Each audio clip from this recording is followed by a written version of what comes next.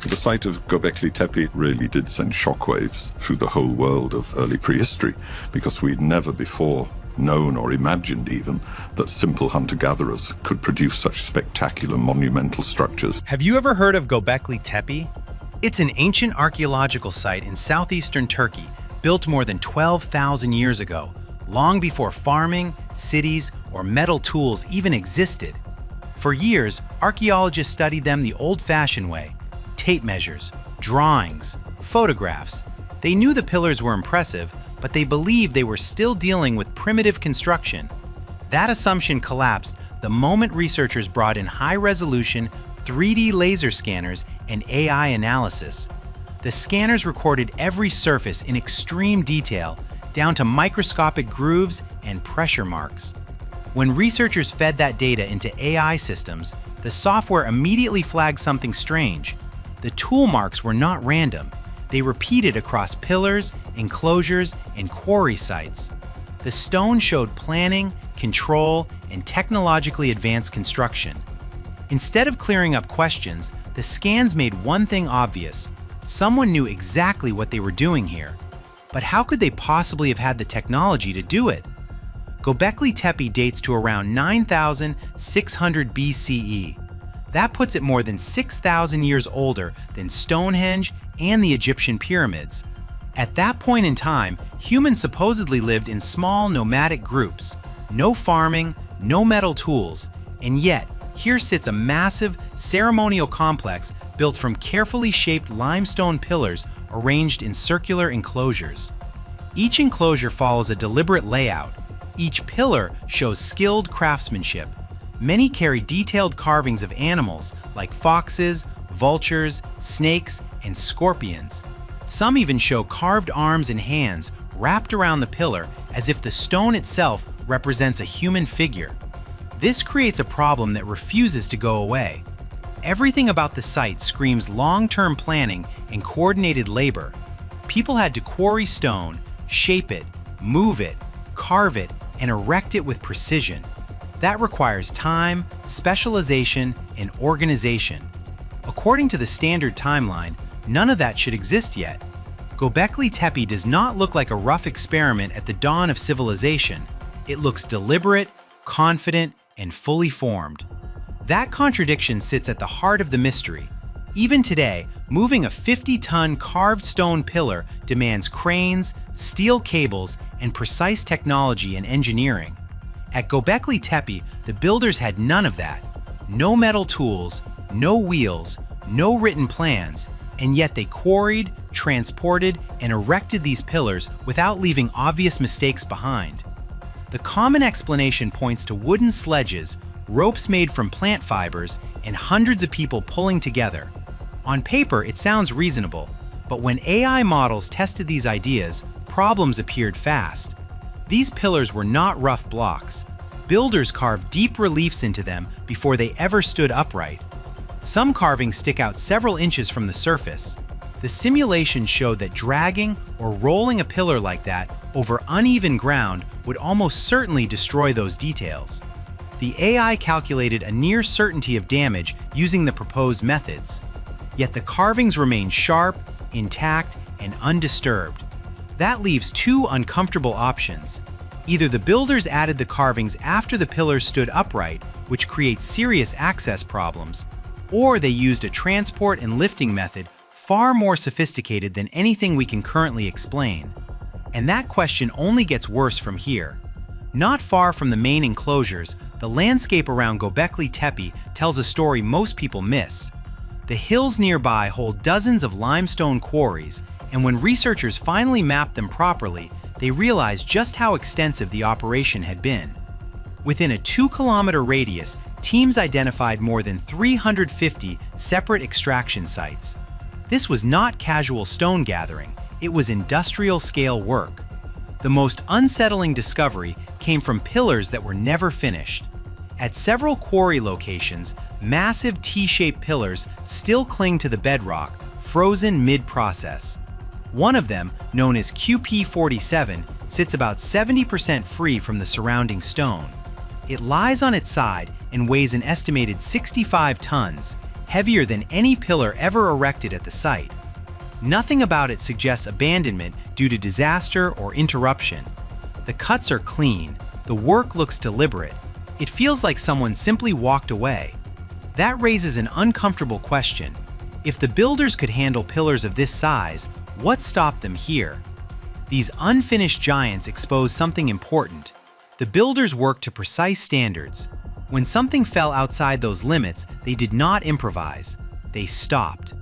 That kind of discipline suggests experience, planning, and technical confidence that goes far beyond trial and error construction. When researchers fed the quarry and pillar scans into AI systems, the software quickly separated the tool marks into distinct categories. Instead of one crude method, the AI identified 3 separate carving techniques used together, sometimes on the same pillar. The first technique made sense. Hammerstones pounded the limestone in a pecking motion. Archaeologists have documented this method at many prehistoric sites, and it fits the era perfectly. On its own, it explains nothing unusual. The second technique raised eyebrows immediately. Along the edges where pillars separated from the bedrock, the AI detected narrow, perfectly straight linear cuts.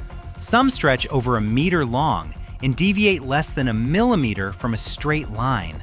That level of control should not exist with handheld stone tools.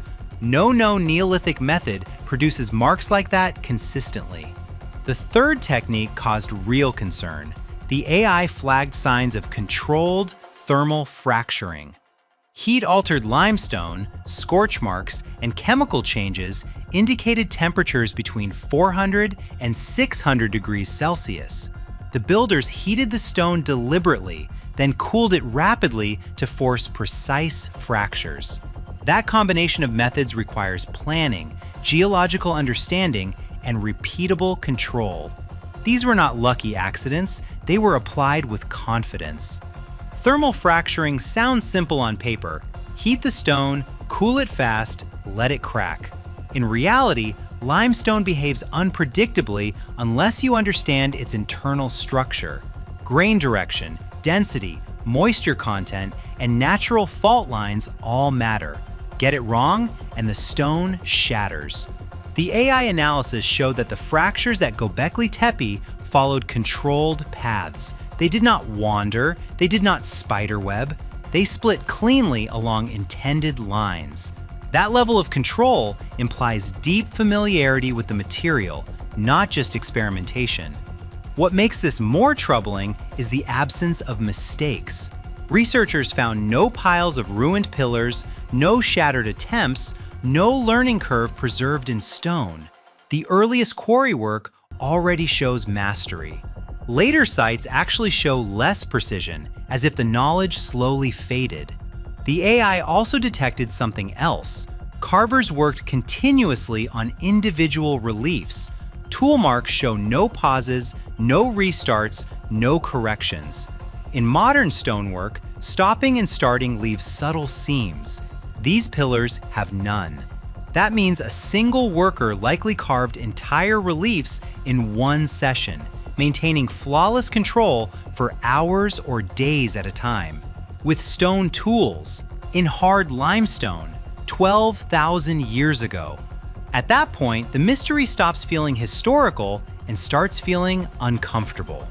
Once the AI began comparing stonework across different layers of the site, something strange showed up fast. The earliest pillars are the biggest, the cleanest, and the most technically impressive. They feature deeper reliefs, sharper edges, and more complex carving. Later pillars shrink in size. The carvings grow simpler. The precision slips. That runs backward from how human craftsmanship usually develops. In almost every ancient culture, people start rough and improve over time. At Göbekli Tepe, the best work comes first. The AI measured carving depth, cut accuracy, and surface finish across phases and showed a clear decline, not progress. Even more unsettling, the earliest work shows no signs of experimentation. There are no practice pillars, no awkward early attempts, no visible trial and error. The builders appear fully trained from the start, as if they inherited the knowledge rather than discovered it. Later generations seem to copy what they no longer fully understand. They reuse techniques, but with less control. They simplify designs. Eventually, they stop building altogether and deliberately bury the site. That pattern does not look like a civilization learning. It looks like one slowly forgetting. Carving the pillars is only half the problem. Moving and standing them upright creates an even bigger one. Some quarries sit nearly 2 kilometers from the main enclosures, with elevation changes along the way.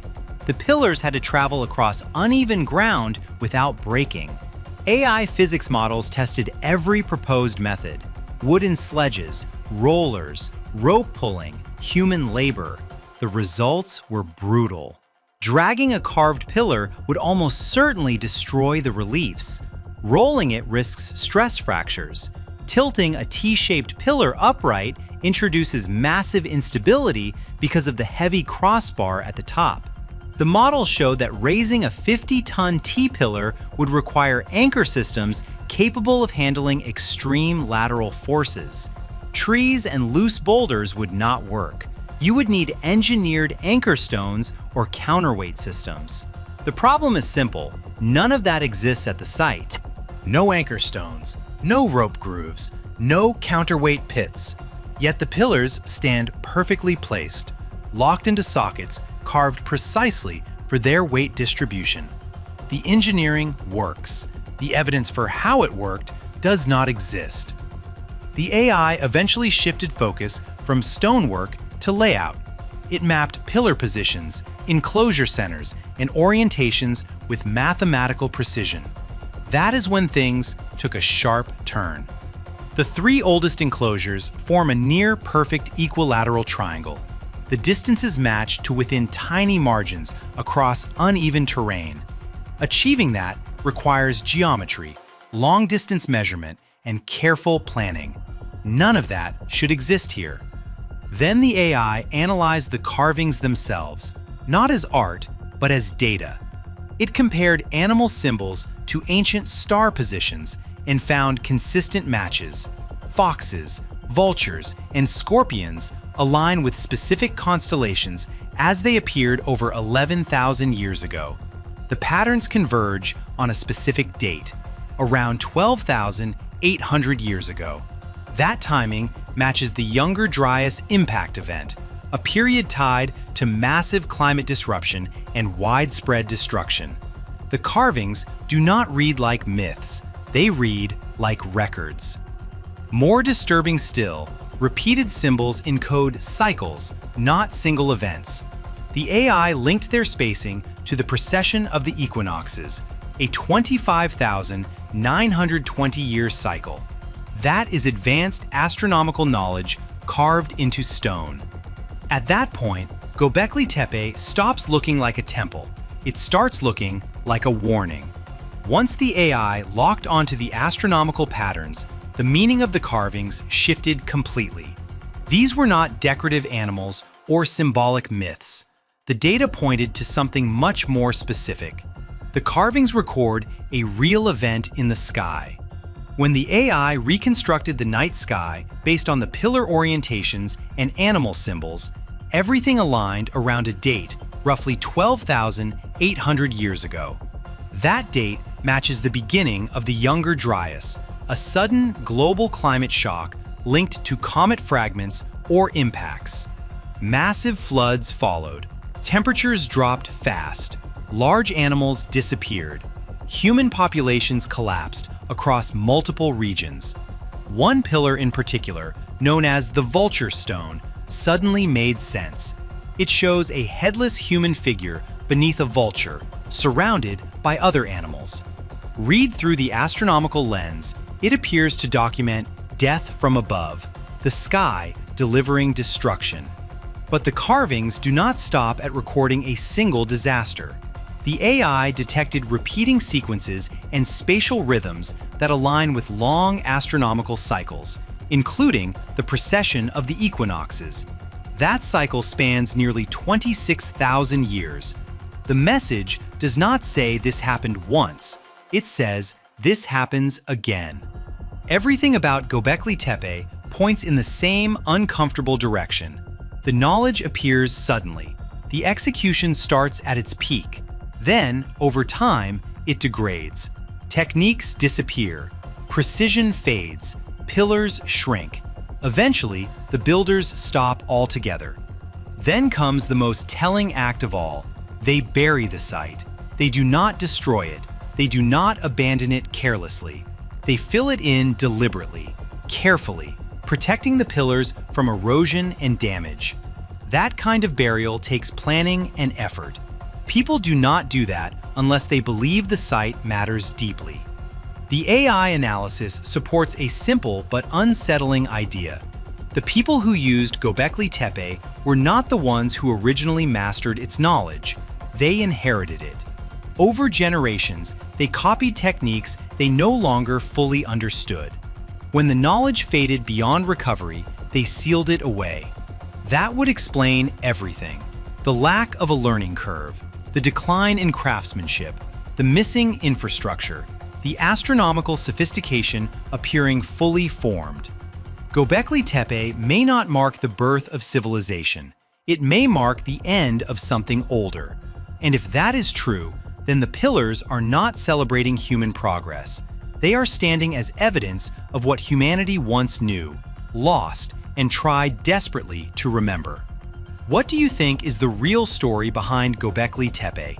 Let us know in the comments below. See you in the next one.